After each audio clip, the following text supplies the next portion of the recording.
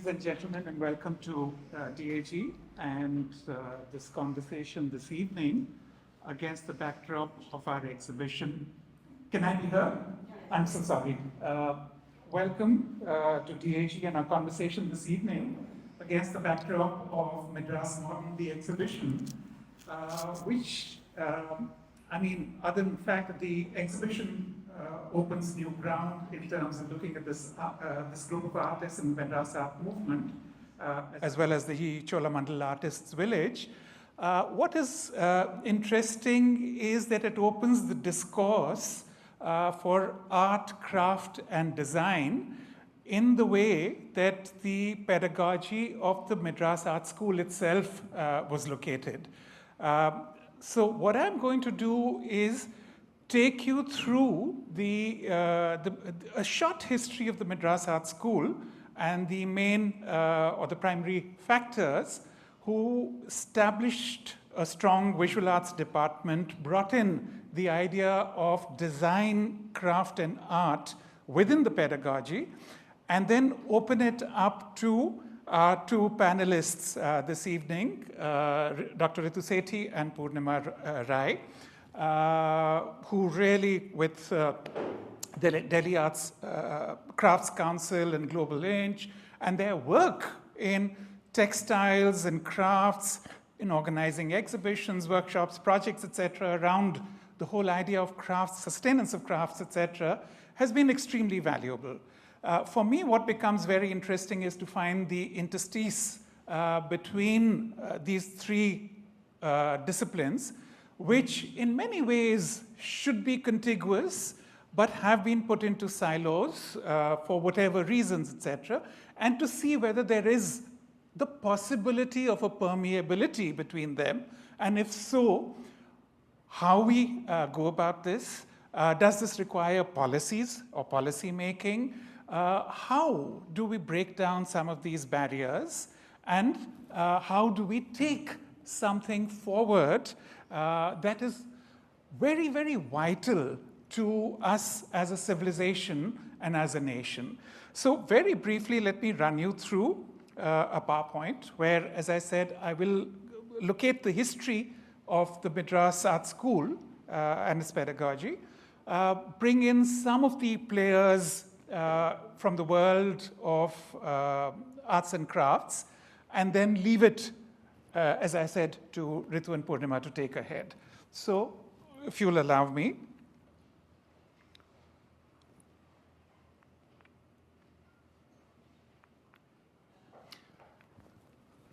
The Madras Art School was set up in 1850 at a time when the East India Company, and then followed, of course, by the British Raj itself, was looking at the artisans from the south creating products that could be taken for some of the large exhibitions in Europe and particularly in Britain, etc. And Madras lent itself to a great deal of craft making, etc., products and metals, aluminium, as Christine Michael in the audience pointed out to me, woodcraft, leathercraft, stonecraft, metalcraft. These were some of the key areas in which the school itself specialized. Now, the interesting thing to note here is that I mentioned these mediums and these disciplines, but I don't mention the visual arts. The fine arts department was a department that kind of ebbed and rose and sank over periods of time, depending on who was principal, including under Havel's time. But it was really D.P. Roy Chaudhary in 1930 who was responsible for setting up a very, very strong arts department. And it was with the arts department being set up under Roy Chaudhary, and then his student, K.C.S. Panikar, taking forward that legacy, but introducing handicrafts, crafts as a process, both in Cholamandal as well as, of course, within the art school itself, that's laid the foundations for these interdisciplinary practices in Madras itself. So old archival photographs of the kind of work that was being done at the Madras Art School. You can see artisans, and very often they came from traditional families, picked up the skills, etc., and were responsible for creating designed products. So commercial interest was an extremely important part of the school curriculum. That, of course, is Panikkar on the left and D.P. Roy Chaudhary on the right. And I chose this photograph particularly to show you D.P. Roy Chaudhary, of course, as I said, the protagonist who sets up a very strong visual arts department. You would expect from the way they address that he would be the one who would have a stronger interest in crafts, etc. However, it is the Panikkar, the Sahib, who actually accentuates and takes this forward by leaps and bounds. That, of course, is Panikkar, surrounded by a large number of the Cholamandal artists in Cholamandal itself, where, again, the design center worked and was very central to the idea of the community or the village itself, including, I mean, other than the gallery that they had, and now that, of course, there is the Panikkar Museum as well. There is a store where you can go and buy designed products to date. So from the setting up of the Cholamandal Artist Village in 66 to 24 now, currently, etc., the store continues to be patronized for designs and products that have artists who have worked on them.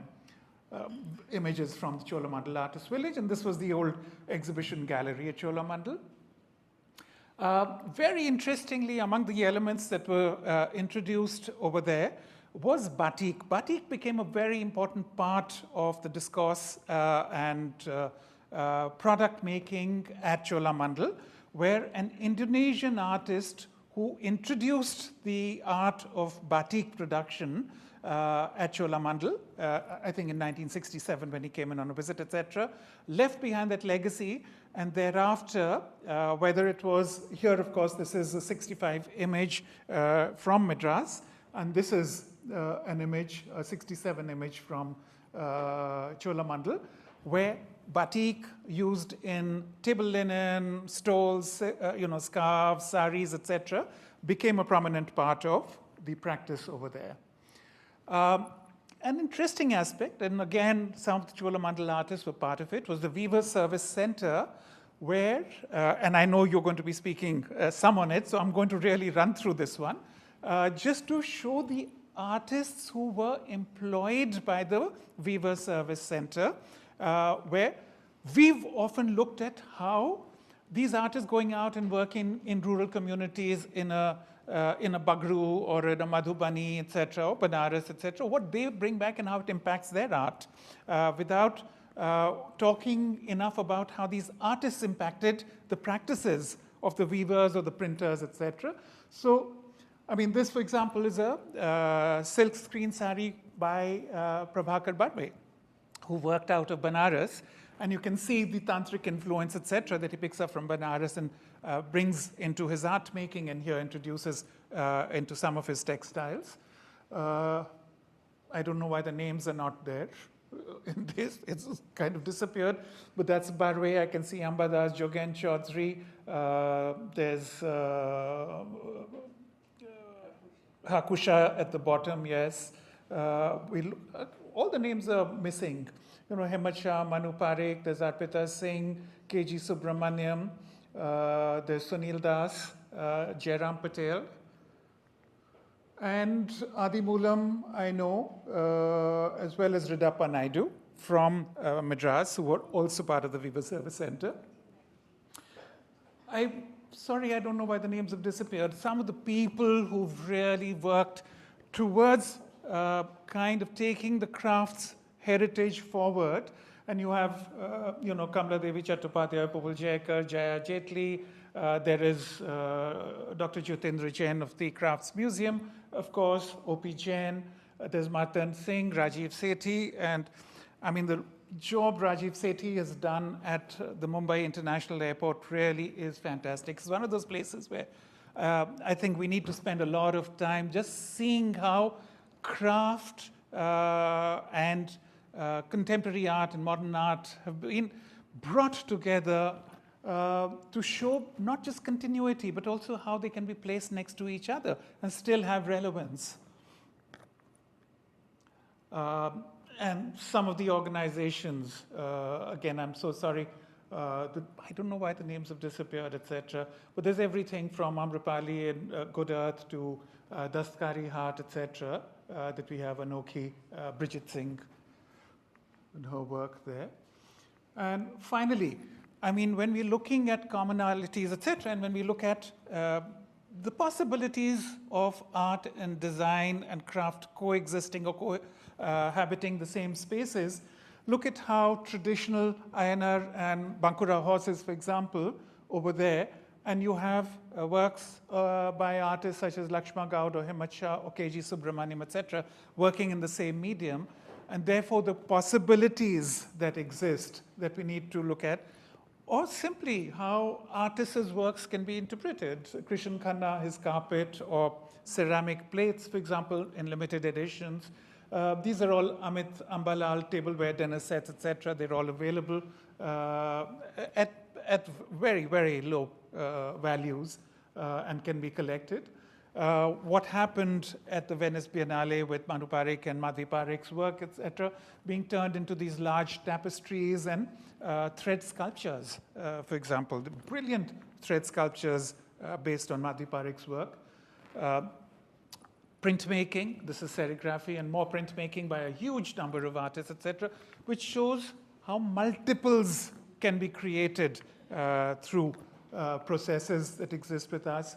Anjali Ila Menon's jewelry. Here, these are not edition pieces. These are all individual pieces because each of them is handcrafted by a jeweler to her specification, under her direction, etc.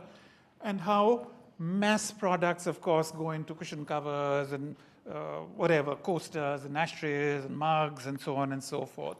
Which brings us to where we began, Mahabalipuram, Cholamandal, etc., where the traditional sculptures that you see being crafted by sculptors based out of Mahabalipuram, and I mean, you have examples of this all over the country, and how someone like Stephen Cox works out of that same space to take forward a certain pedagogy or language, etc. And again, we have to wonder why our traditional practices are not being taken forward in various ways, etc., that perhaps we would like to see, etc. And therefore, is that responsibility ours or the government's? Where do we look for it? And how do we actually extend this language?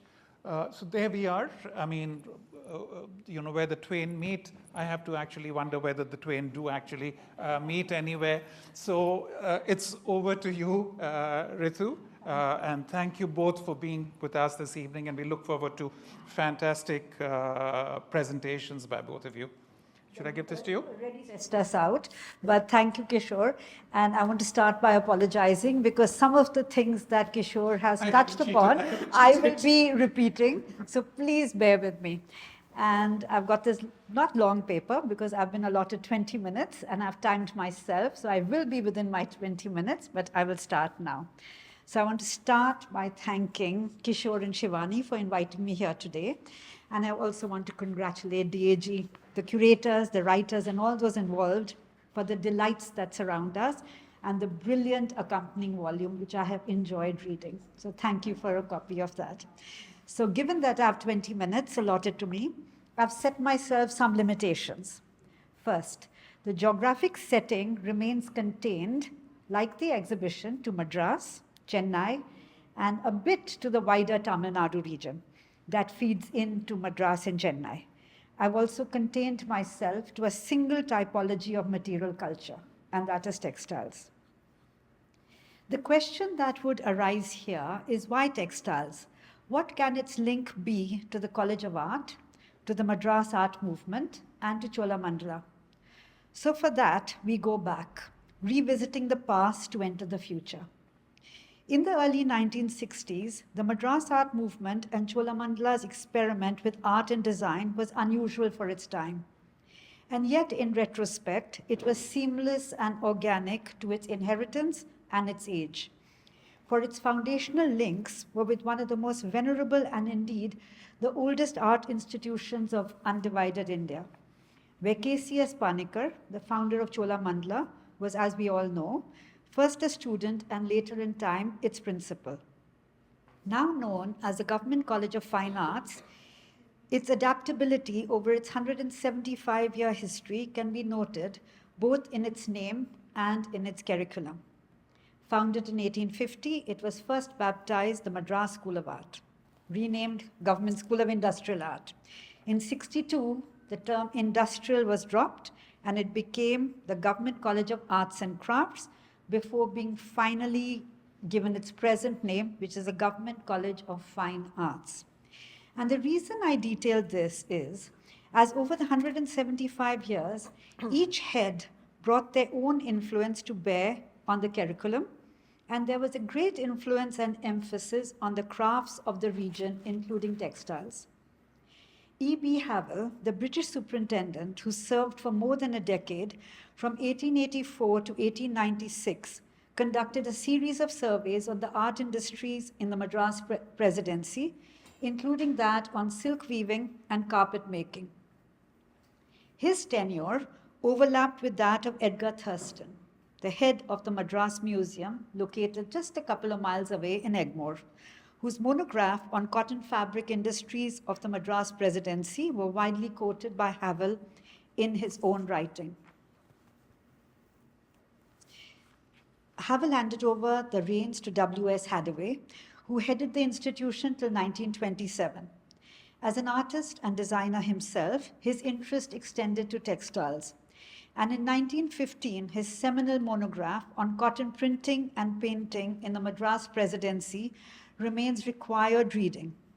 In the introduction to the volume, he is profuse in his thanks to Krishnaswamy Pillai, a teacher, for his account on the kalamkari processes taught to the students there, as he was to the kalamkari artisans at the college. I'm just showing you some pictures of Madras, Chennai at that time, where you can see the weaving at the center there. So having set this background, I move on to offering illustrations from three fields of textile making: weaving, embroidery, and painted textiles. The link between these illustrations and the college and the Madras Modern movement and Cholamandala lie in the cultural values espoused, the connects of local networks within the narrow geography of Madras, Chennai, Tamil Nadu. It lies in the producing of originalities in a standardized world. It lies in shared histories between these seemingly disparate worlds. For in 1936, almost in parallel with the appointment of D.P. Roy Chowdhury, the second Indian principal of the Government School of Arts and Crafts, and the person who changed its curriculum quite remarkably, another revolution was brewing just 8 miles away in Adyar. For it was here that Rukmani Devi Arundale, the wife of Dr. George Arundale, the British president of the Theosophical Society of India, and herself belonging to a well-known Brahmin family, established Kalakshetra, the center of dance.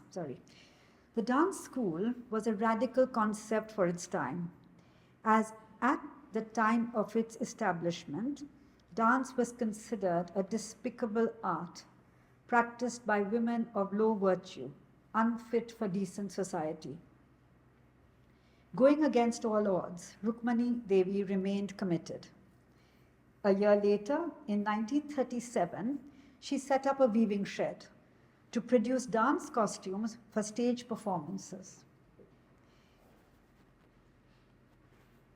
And that is the inauguration of her weaving shed. In her remarkable life, Rukmani Devi had many achievements to her credit. But here, today, I focus on this weaving shed. For in her search for the roots of an Indian idiom, of a past heritage, of authenticity and identity, there was a rejection of British mill imports that flooded the markets of Madras. The popular patterns of that time included rows of bicycles, alternating with trees, moral scriptures, reproductions of Indian banknotes, or messaging in English on sari pallus, motifs of the British coat of arms, the bust of Queen Victoria, the HMV gramophone, and more.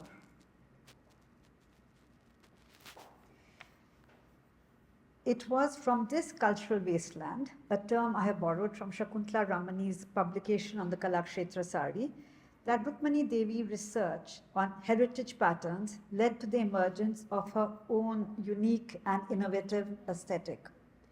Then popular motifs were replaced with new motifs, original layouts and inventive new patterning that was distinguished by broad borders, frequently up to 12 inches top and bottom, distinctive deep colors in contrast, in vibrant combinations, all aspects that kept in mind their use as dance costumes, to be viewed at a distance on stage during the Kalakshetra performances.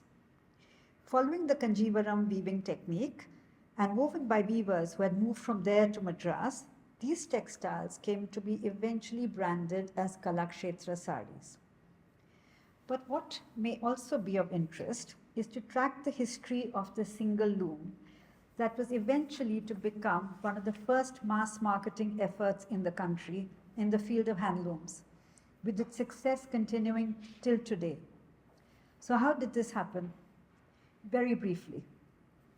In 1990, to commemorate Rukmani Devi's contribution to handloom design, a series of exhibitions were planned across metro cities in India. A sale of saris was to accompany these exhibitions.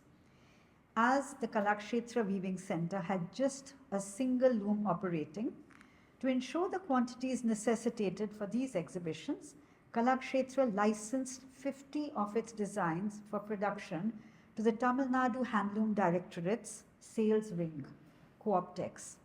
This was intended as a temporary exercise. Inaugurated by R. Venkatraman, President of India, the exhibitions and of course the sales met with an overwhelming response. Oh, sorry. This was a catalogue that was brought out at that time, and these are some of the saris. This little known agreement had an unintended impact that continued to reverberate much after the exhibitions were over. For the 1990 agreement was never rescinded. And almost 9 decades on, after the setting up of the weaving shed, the cotton and silk saris continue to be woven, not just at Kalakshetra, but by the Tamil Nadu Handloom Directorate, to be available in the now 203 Co-optex stores across India. So in retrospect, the original radical impulse that was innovative, new, contemporary, fresh, path-breaking in its time is now repeated endlessly, piece after piece, year after year.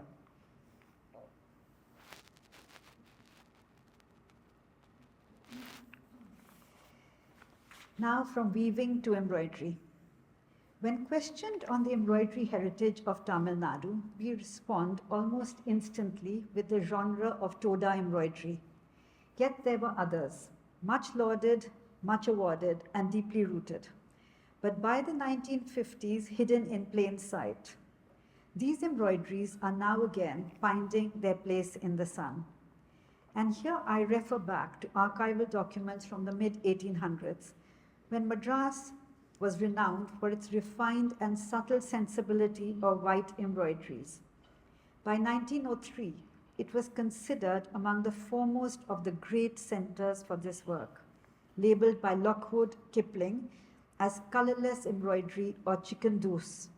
It was further defined as having a dignity and purity of design all their own that is quite charming.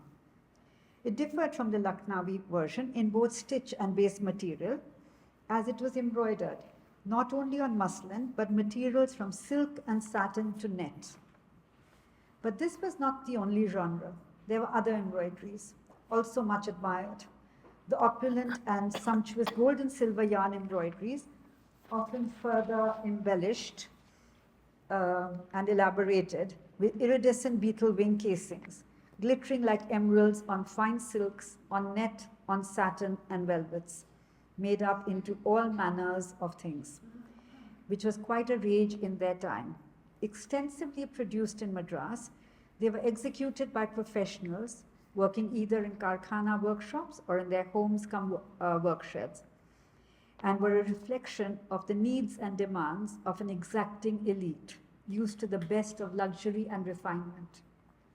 Makers such as Dade Khan of Mount Road and Muzaffar Hussain of Triplicane won international awards, with the former awarded a first prize with silver medal for his splendid display at the Indian Art Exhibition of 1903, a time that Madras enjoyed a booming export of its handwork. Just as an aside, I actually put this in for my own pleasure. So you can see some of the beautiful embroideries is this. Because in exactly that same year, in 1903, the most famous of all beetle wing gowns was embroidered, not in Chennai, but in Delhi, and designed by Worth of the House of Worth, worn by the Viceroy Lord Curzon's wife for the 1903 Delhi Darbar. It was colloquially known as a peacock dress, covered in Zardozi embroidery in the shape of peacock feathers, and in the center of each feather's eye is a beetle casing in lustrous green. After the 1950s, though these embroideries continued to be churned out, they had gradually lost their sophistication. Their work became crude, rough, lacking the aesthetic of its glory days. The makers shifted to the margins. In the late 1970s, a report on the embroiderers of Sri Perambudar stated that over 90% of the village population, adults and children, worked as embroiderers at low wages and in difficult living conditions. The bulk of their embroidery being effected on the real Madras handkerchief that was then exported in large quantities to Africa. But the decline continued. It was only in the late 1990s that recognition and acknowledgement shone a light on the embroiderers. And while there are many examples of people who work in the field, I give here the example of a single atelier, Vastrakala, founded by Jean-François Lassage and his associates, that has worked with grand and opulent interiors, museums, and public institutions the world over. But why I speak of embroidery to an audience in this art gallery is because embroidery is enjoying a day in the sun, segueing into art galleries in India and overseas. And here I show you the work of Venkana, whose collaboration with Kalhat in Lucknow was shown in Mascara Gallery in Mumbai, I think in 2022. And indeed, as we speak, we have marvelous Venice Biennale exhibition that Kishore has just spoken of. My third and last example is from Sikanaikanpet, as it is the only painted tradition based within the borders of Tamil Nadu, akin to the painted modern dyed kalamkari of Sri Kalahasti, yet different. Incidentally, Hathaway briefly mentioned this art on cloth in his 1917 monograph on cloth painting and printing. The mention accompanied with a photo of a piece that was in the collection of the college. If you read the captions below, you will see that. These dye-painted cloths of Sikanaikanpet, then a small village, were used in the mutts, the monasteries and temples located near the place of making in Kumbakonam and the wider Thanjavur area. And I have a lovely picture that depicts their use. Not much detail, I'm afraid, but I got it from some source in the British Library, but it could be from the temple at Malaidurai Thura, formerly known as Mayavaram, which continues to hold in its storehouse temple carts, thumbis, which are the tubular temple hangings you will see, backdrops, canopies, and more. Painted using dense black, deep red, and bright yellow with a lovely dash of pale sky blue, the cloth retained its unbleached Kora base, which gave it this dramatic contrasting effect. But this tradition remained lesser known till the 1980s.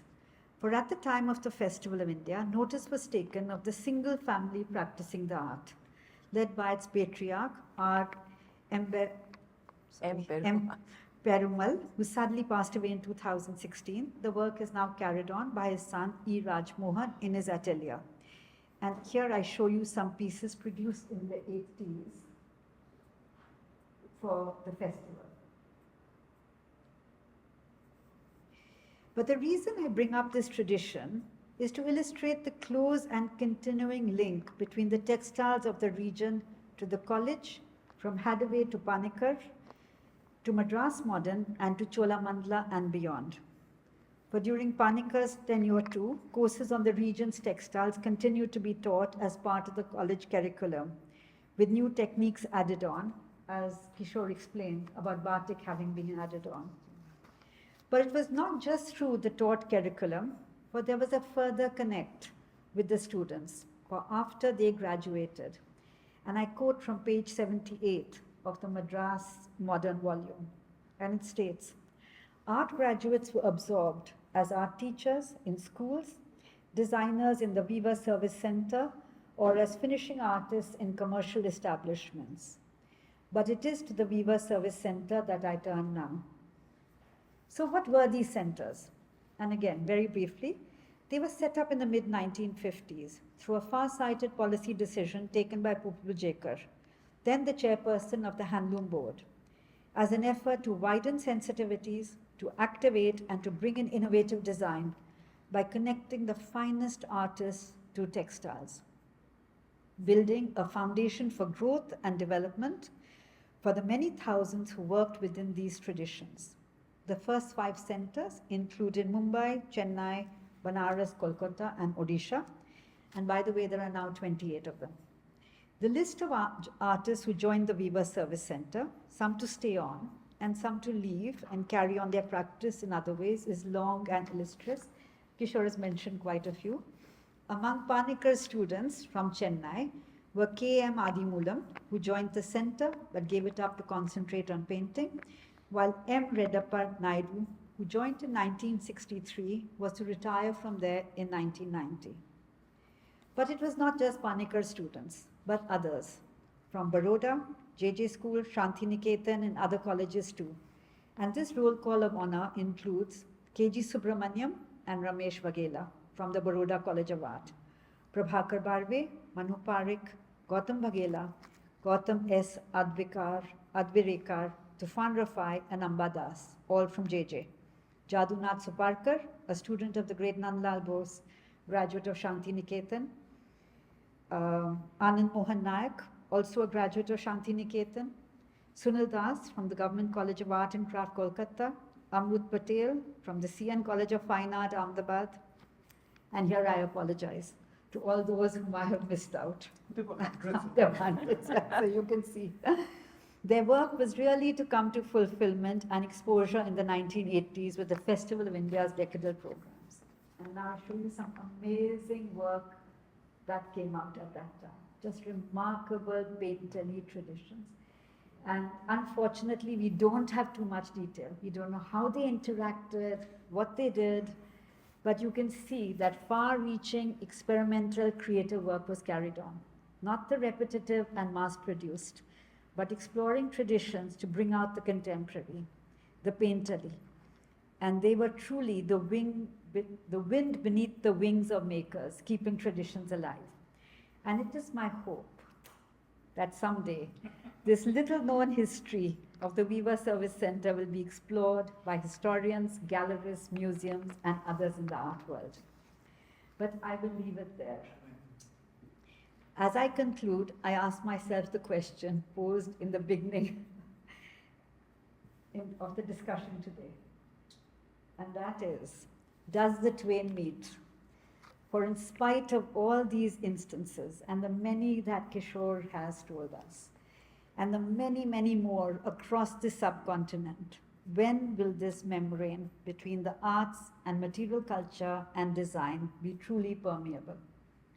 And here I speak not of the endless repeated monotony of the copyists that exists in every world, but of the innovative, of the creative, of the seekers and the interpreters of our present and our future. So I congratulate DAG who are exploring these constructs, and I hope they continue to build the case but therein lies the future of India modern. Thank you. Thank you so much. Segue to you straight away. Certainly. How do you switch this on? I think it is on. Yeah, it is on. Good evening. Is it? Oh, yes. Thank you, Kishore, and thank you, DAG, for inviting me here, and of course, especially for including craft in this discourse about painters and artists and in this space. I also want to thank you all for coming on this hot day. Ritu has given a very erudite and scholarly background, historical background. I will talk of the present. I will talk of the work of Delhi Crafts Council in taking crafts forward into this space. It is a very difficult endeavor. It is a very challenging work, and as the topic is where the Twain meet, this I think is a very is something which is very complicated and not as simple as it appears. Theoretically, we can think of permeable boundaries, we can think, but we have to know and understand where each thing comes from. Craft is very old. It has been around for such a long time. It is a collective activity. Its aesthetics are different. The processes and the materials are embedded in all craft making. So there is a huge difference. But having said that, this question, of course, has always been in our minds when we were working with Delhi Crafts Council. And when you think of how to take crafts forward, this is, of course, one very big area where we need to tackle, we need to go forward on this. So this has been an attempt on our part for the last many years. I will show you, is it going? This. Not moving.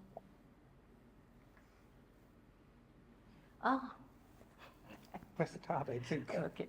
So I will briefly speak about 3 crafts in which we have attempted to do something different. The first one is Sanji.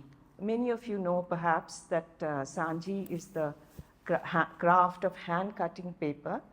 Originally, it was a stencil, but now the cut work has itself become a work of art. So this was practiced in Mathura. Sure, I'm happy to do it. Okay, thank you so much. So this is a traditional Sanji. Most traditional Sanjis are based on, of course, a religious context. And this particular Sanji has been cut by the father of the group of young Sanji artisans with whom we work now. It's a family of 3 brothers. Next, please. This is Mohan, the youngest of the 3 brothers. And we celebrate, Delhi Craft Council celebrated the Golden Jubilee in 2017. So we were very keen to do something really different. We had been working with Sanji for a long time in other exhibitions, but we wanted to do something special. So when we thought of what we could do, we chose a theme, and that theme was architecture. It so happened that Intact have brought out a publication, I think edited by K.T. Ravindran. And next, please. So this is the kind of drawings that were made of the ghats of Mathura. So there were many drawings like that. And when we showed it to Mohan, he at once identified and he could make out what the ghat is. So what is important here for me to point out is that the involvement of the artist is very important. It isn't as though you are introducing a design to which he can't relate. So this was something instantaneously he was able to work on. Next. So this is part of the series that we did. We did other things, but these are called Ghats of Mathura. Next, please. Next. Yeah, next, please. So that was the Ghats of Mathura. Then another interesting experiment we did was, traditionally they make what they call leelas. They make sanjis of leelas of Lord Krishna. So this collage is from all the many various leelas, but we have specially taken out architectural, they all have architectural details. So we've taken those out and made this collage, and it's called Leela Kshetra, and we've used different colored paper at the back. So next. So I come now to Chamba Rumal. We've been working forever in Chamba Rumal, but it's a narrative embroidery from Chamba in Himachal Pradesh. This is a traditional rumal. It's usually square in size, and it has a floral border on all sides. And usually the topic, of course, is again Lord Krishna and the episodes of his life.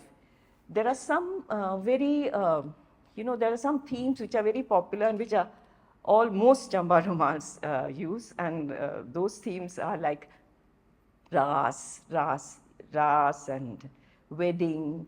And there are, of course, not from Krishna's life, but themes like chess playing, which at the courts they used to do. Next. This is Bindu, one of our embroiderers at the center where we work.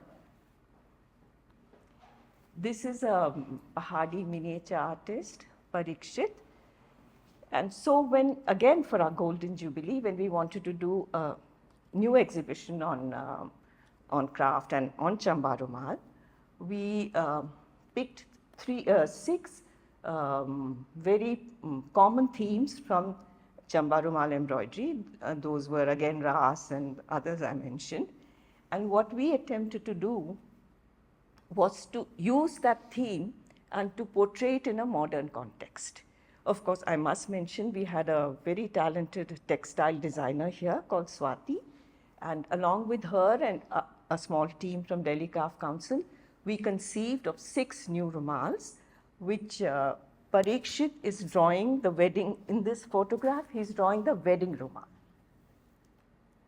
So these are some details. This is a detail from the wedding rumal, which we call Vivah. You can see that we have tried to introduce a new dimension. For instance, the transparency of the skirt, the many-headed priests. So we included this in the rumals. Next. This is called Shatranj, and it's a modern take. It's on a political chess. Next. This is Godhuli. It is again very different. We tried different materials, and all the thread is naturally dyed silk. And next. This is Ras. This was very interesting. I'm really sorry I don't have images of the big rumal, but in any case, so this Ras was set in a theater, in a kind of a theater with floodlights, and Swati sort of imagined this as it's in slow motion. So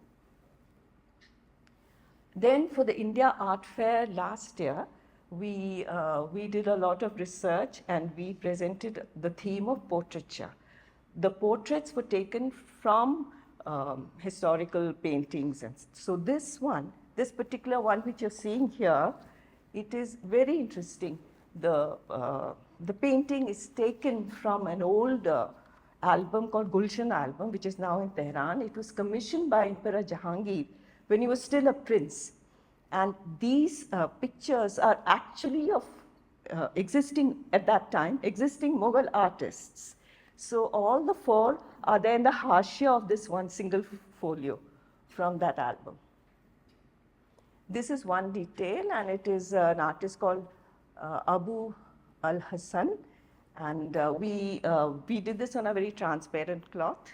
And we also introduced the background of gold painting, which was done by a miniature artist from Jaipur, Mohan Prajapat. Next.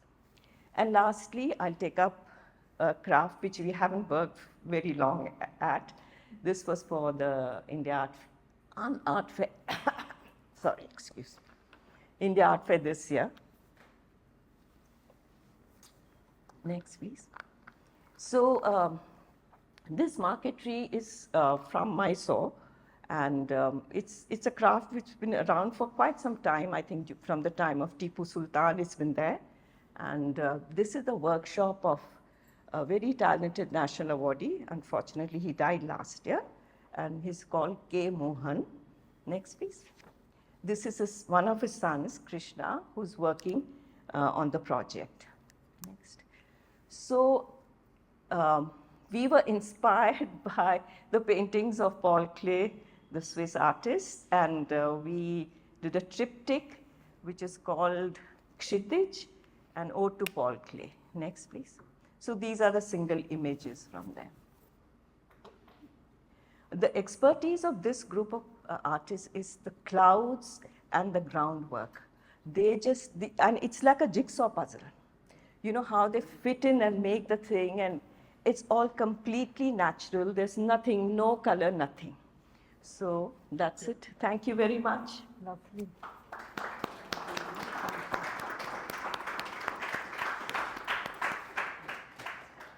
Thank you.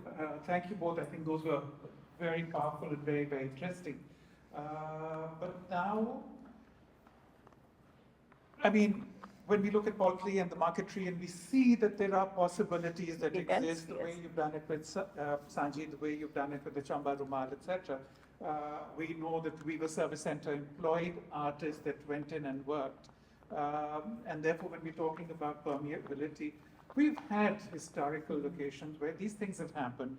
We know Meera Mukherjee, for example, Yes. who did Definitely. fabulous work based on the lost wax process,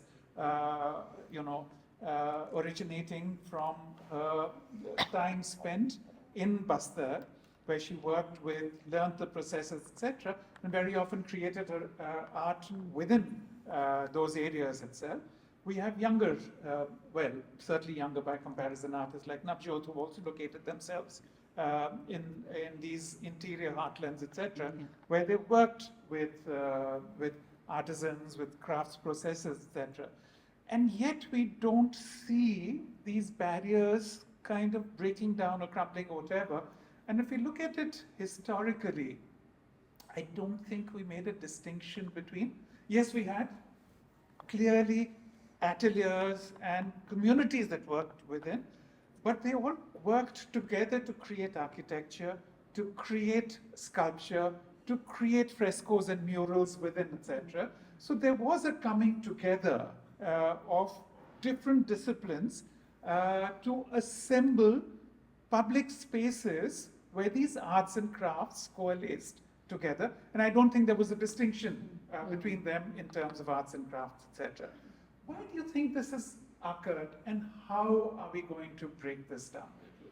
If we're ever going to be able to bring it down. I mean, we can do things like go into design and do editions and do multiple editions, and that becomes design. That's created what you said, multiples, etc., ad infinitum and therefore ad nauseum somewhere. But how do we hold on to the integrity and yet learn from each other and work together? You know what I feel? That it's a very interesting time in the world. And I'll tell you why.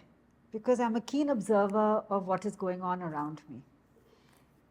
And it's so hard, but first of all, I want to say it's so hard to talk about anything in this vast country, because if you say one thing, 100 things tell you the opposite. But I'm going to give you, therefore, anecdotal information which will really pinpoint what I would call as trends.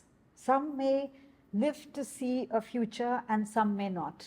But these exist, they are vibrant, and they are happening. The first thing is, given education, the internet, given the digitization of the world, I have seen young people born into craft families who are producing craft and also producing art.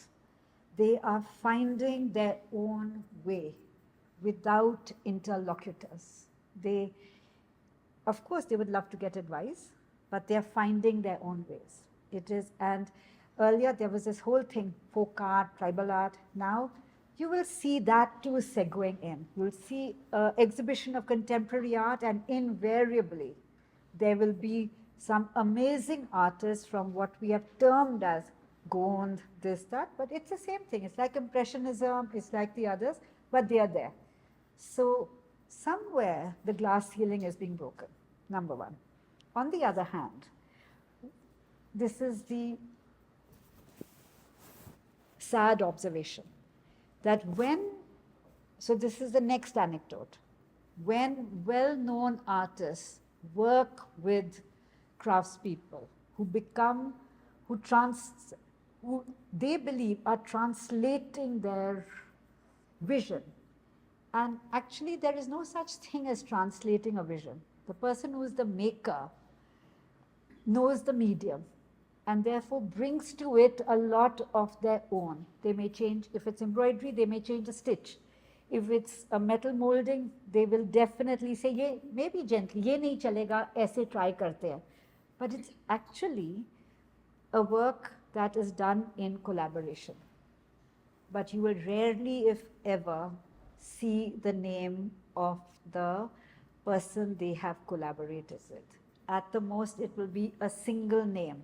It was done by something, no surname, no background, no nothing, no standing on the stage together. But these ethics are slowly changing. And this I notice among the younger people. They ask the question. So who did it? Where was he? How much did he contribute? Can we also meet him? So there are, again, these old barriers that I don't know how long it will take, but it is certainly happening. It's happening in fashion as well. Yes, in everything. Totally, in weaving totally, I mean, you name it, because even a weaver who you think is doing multiples, and actually I wanted to talk about that when I was speaking about the weaving tradition, where all these lovely biplanes and all were being thrown out. Because exactly 30 years before that, in the turn of the century, there was this amazing guy called Dubraj, just up the coast in Bengal. And he was producing Sahib Bibi and Gulams on the sari. And my goodness, he was so fetid, and he was completely illiterate, but he wove his name into the sari. And now the balucharis that were named by him, there is no museum that doesn't have a baluchari. It was woven in lengths that were not even wearable because the British all wanted it for their collection, so it wasn't the usual 6-yard, 9-yard or whatever. But just 30 years later, those biplanes were rejected. So what is going to be, what is going to last over the 100 years, I don't know. And I'll bring up one last example before I hand it over. Again, I go back to weaving. I had a picture which, for whatever reason, it is of someone who did the most expensive sari in the world. You can see it. You just Google it, you'll see it online. Completely woven in gold. On the pallu is every character from Raja Ravi Verma's paintings. And it was like so dist, I can't tell you. Yet we have really famous designers who have woven it and have shown it, IGNCA and other marvelous spaces. Nothing wrong, fantastic. But for me, these are signs. Things are changing. There's a positive move in the air. And look at what you all are doing here at the AG. So that says a lot. Many years ago, if you look back at the history of fabric, for example, you had an artist called Ritu Mazumdar, who designed so much of their the textiles, etc. over there, and brought in a certain element that was very unusual, very unique. But then it got copied, and it got copied all over. It went into Sanganer as well, it was turned into block prints over there.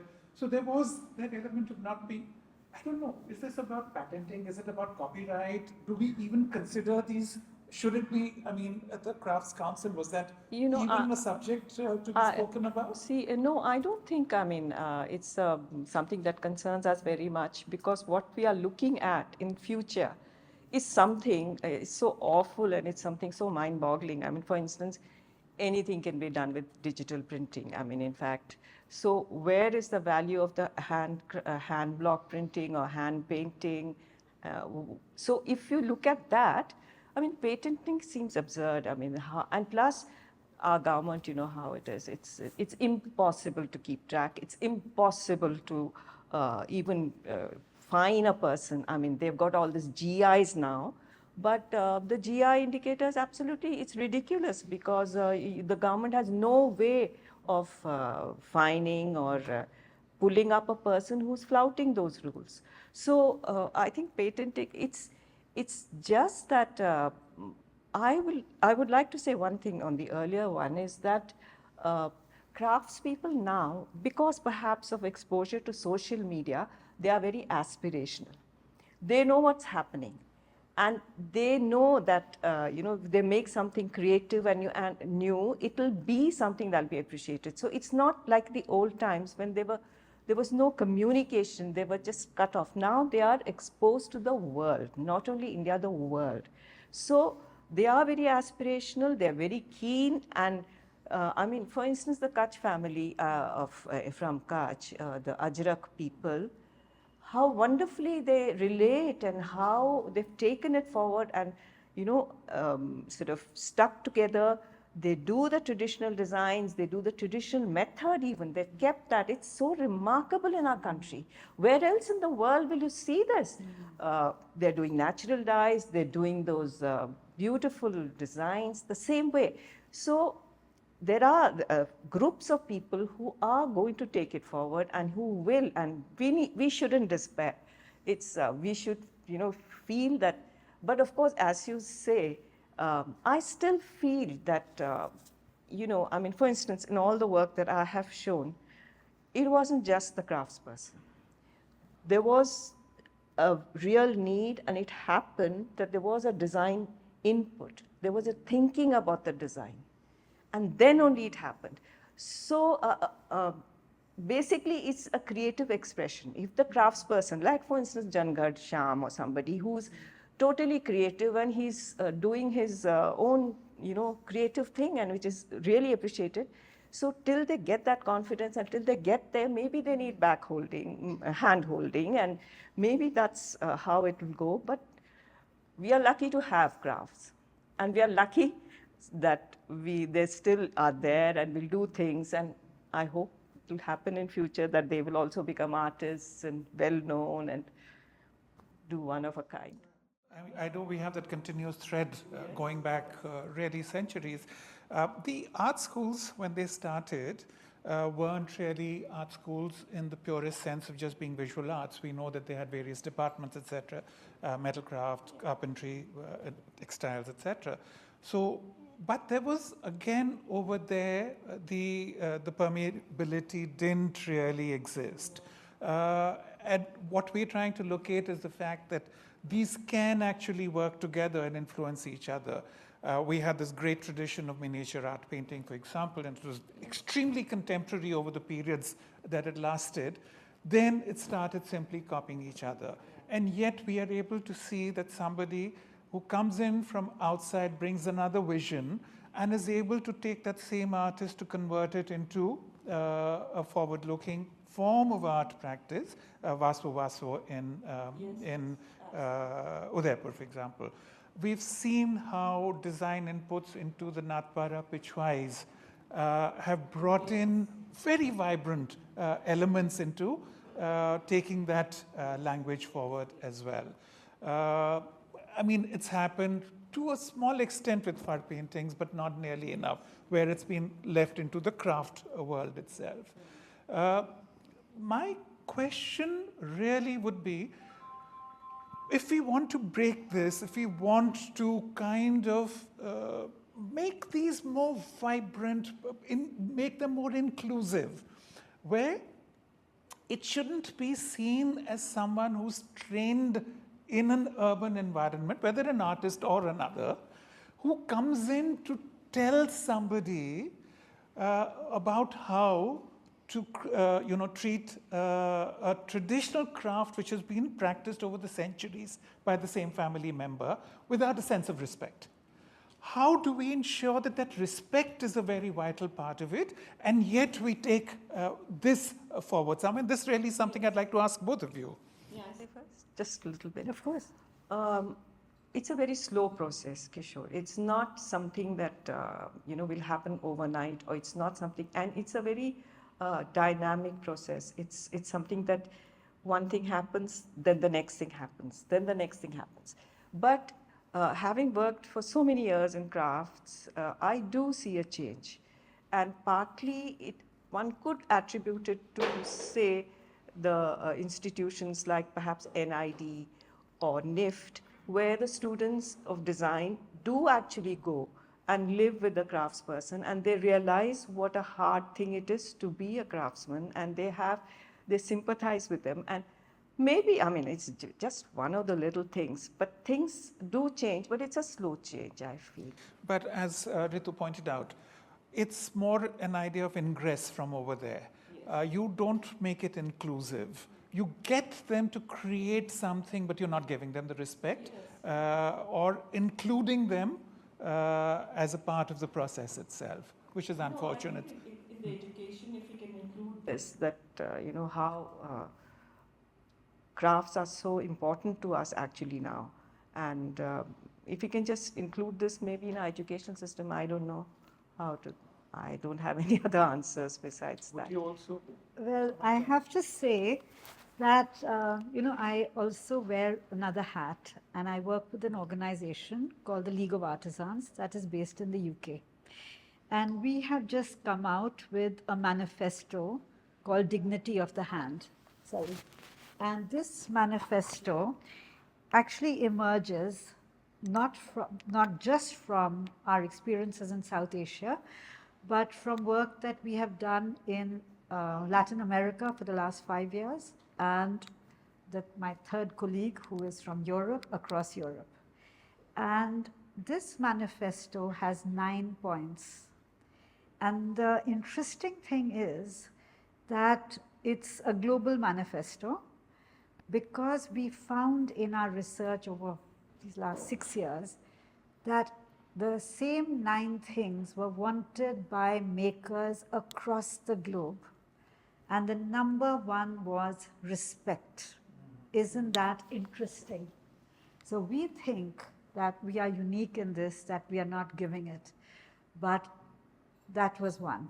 The second was attribution, exactly what we are talking about. Give us co-creation dignity. And you can read the list, because this is exactly what we are talking about. And we've had hundreds of people signing up because of these 9 manifesto points that have been put forward. And the interesting aside is that we're headquartered in Leek, which is just about 60 kilometers from where William Morris was. And he got a lot of work of his done, by the way, in Leek, because the block printing was done over there by Sir Thomas Waddell and Dyes, and they were very closely connected. So we are showing the link between the manifesto that William Morris wrote on the art and craft movement, and after, I think, 150 years, this is the next manifesto. So across the globe, the same thing. And it's actually about a universal dignity. It's what we expect in our work. So why is it that we do not offer it back in return? So true. I know that we do have designers and ceramic artists, etc. over here. But before we go to the audience, there's something again that I'd like to ask, which is we've seen, and this has really been wonderful, that museums have been set up over the last several decades, which at least hold some of these together, and whether it's the Crafts Museum, whether it was O.P. Jain's museum, whether it was, even something like Amrapali coming and setting up a museum, etc. In doing all of this, however, are we in danger of wanting to memorialize our traditions and then leave it there and move into something totally different, or are we looking at continuity in a kind of vital manner, not in a repetitive manner? Sure, I feel that we have so far been so lacking in either documenting or putting repertories together. It's a welcome change, and it's all right. I mean, it's good to have, because things are going to change very drastically in the craft world in all sorts of ways. So it is, I think it's a welcome thing, and it's good. And it's not only governments who are doing it, it's private individuals who are doing it, who have an interest and passion and work in that field. I mean, like the Enamel Museum in Jaipur and everything. So I think it's I love museums, so I think it's a